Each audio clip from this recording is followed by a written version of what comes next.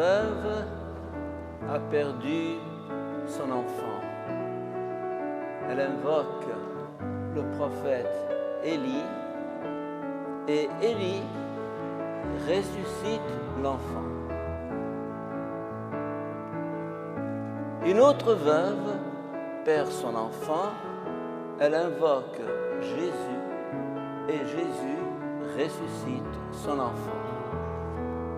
Voilà les deux lectures que nous venons d'entendre. Et là, je vous pose une question.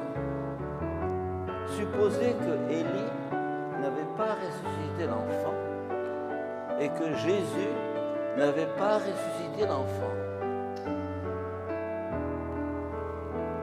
Vous allez me dire, ah, ben oui, c'est souvent ce qui se passe dans notre vie. Certaines prières sont exaucées et certaines prières ne sont pas exaucées. Dans le premier cas, Dieu est bon et il est gentil. Et dans le deuxième cas, Dieu est mauvais et il est méchant. N'est-ce pas? C'est clair. C'est le même Dieu. Et pourquoi tantôt il exauce et tantôt il n'exauce pas?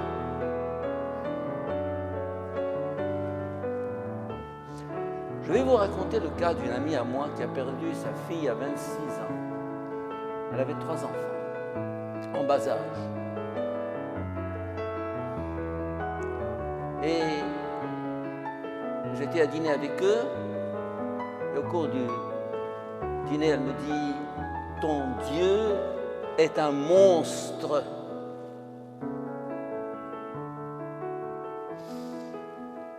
Une femme qui perd sa fille à 26 ans, avec 3 enfants en bas âge.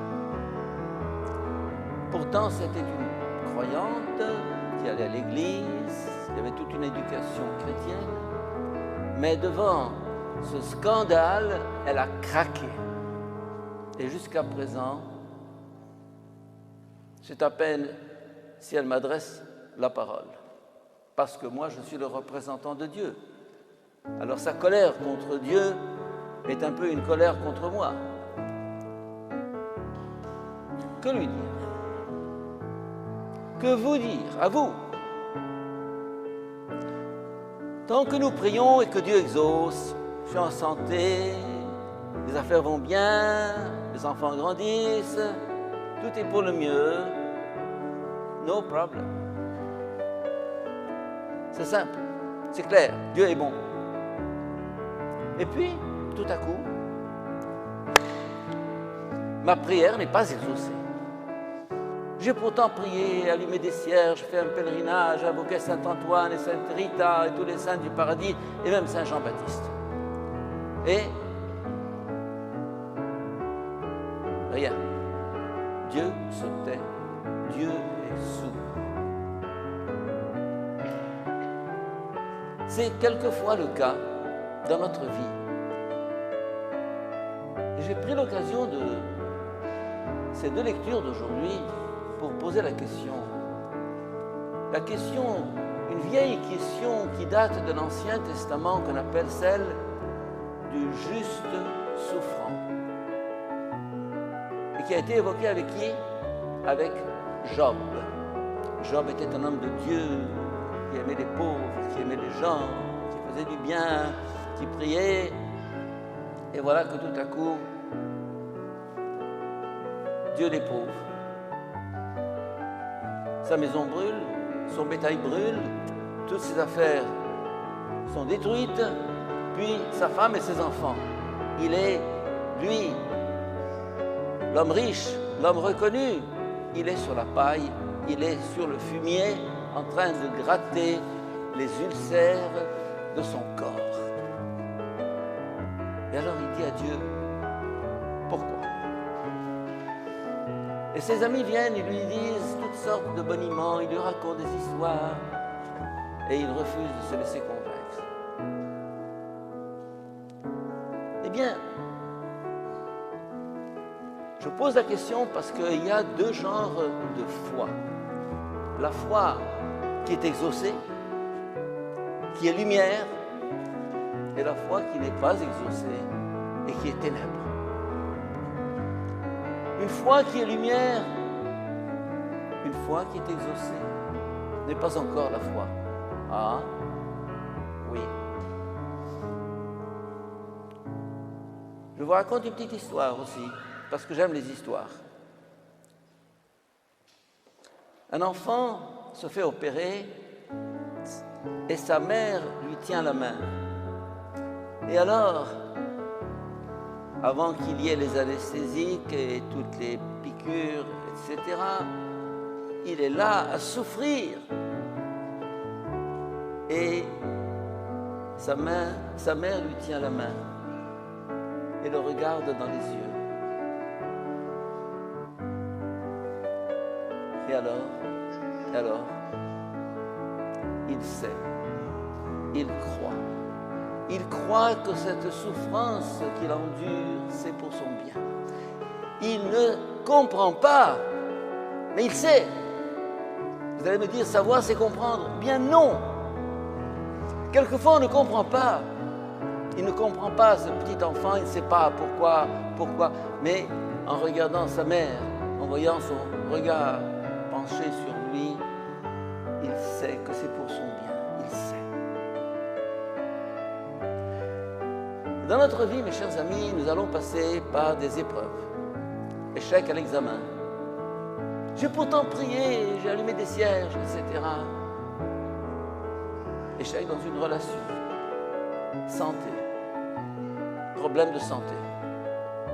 Il y a 2 ans, j'ai vécu une année noire. Plus qu'une année. Tout fichait le camp. Je n'arrivais pas à uriner, mes jambes étaient enflées. Je ne dormais pas, je n'avais pas d'appétit, je passais plusieurs jours sans manger ou presque. Tout foutait le camp. Et je me suis dit, bon, mets un X sur ta vie, c'est fini. Tu as atteint 80 ans, ça suffit. Et je lui dis, au fond, je suis ton boy, si tu veux que je te serve, donne-moi la santé, si je ne veux pas, libre à toi. Et puis, il m'a redonné la santé. C'est pas exactement comme à 20 ans, mais presque. Et maintenant, je suis comme un diable. Je me démène, je vais, je viens, je demandais à Montréal, à ma famille, un programme plein, et ils m'ont exaucé. Et je retrouve un regain de santé. Eh bien, au fond, ça le regarde. Il sait, et moi je ne sais pas. Il sait ce qui est bien. La foi consiste lorsque tout va mal, lorsque tout craque, lorsque tout tombe dans la nuit, lorsque rien ne marche dans ma vie, lorsque je passe par l'épreuve, de regarder son visage et de sentir sa main dans la mienne et me dire, Henri, tu ne sais pas. Moi, je sais. Ça, c'est la foi. La foi commence lorsqu'on ne comprend pas, lorsqu'on ne voit pas, lorsqu'il n'y a pas d'issue. Alors, beaucoup de gens disent, oh, j'ai la foi. Oui, parce que tout va bien, tu es en santé, ta famille prospère, tes affaires aussi. Bon. Mais vienne à passer la main du Seigneur qui éprouve. Et à ce moment-là, il veut savoir jusqu'où va ma foi. D'ailleurs, dans un couple, il y en a un certain nombre ici dans cette église. Tant que c'est la lune de miel, on s'aime, on s'embrasse, c'est la fête, c'est la joie. Combien de temps dure une lune de miel? Hein? 1 mois? 1 an? Ou toute la vie? Vous allez me dire, j'en connais pas beaucoup qui ont vécu une lune de miel toute leur vie. Eh bien, c'est possible. Il y a le témoignage, je ne me rappelle plus la biographie d'un couple qui témoignait à l'âge de, je ne sais plus quel âge, mais qu'ils avaient vécu une passion. Oui, le titre du livre, c'est Une passion, je me rappelle. C'est rare, mais c'est possible. Ça consiste à croire en l'autre au-delà des crises qu'on traverse. Dans un couple, mes chers amis, il est normal qu'il y ait des crises. Vous connaissez des couples sans crise? Vous connaissez des amitiés sans crise? Eh bien, l'amour, c'est ce qui est capable de dépasser la crise, de dépasser l'épreuve. Et la foi, c'est la même chose. Alors, dans ces deux lectures que nous venons d'entendre, Dieu a exaucé. Ton fils était mort, le voici vivant. Ah, comme tu es gentil, comme tu es bon, mon Dieu. Mais combien de fois la prière n'est pas exaucée? À ce moment-là, on entre dans le tunnel. Mais un tunnel, mes chers amis, a un aboutissement. Il y a la lumière au bout du tunnel. La foi, c'est la certitude que toute ténèbre dans ma vie débouche dans la lumière, que toute épreuve dans ma vie débouche dans l'amour. Amen.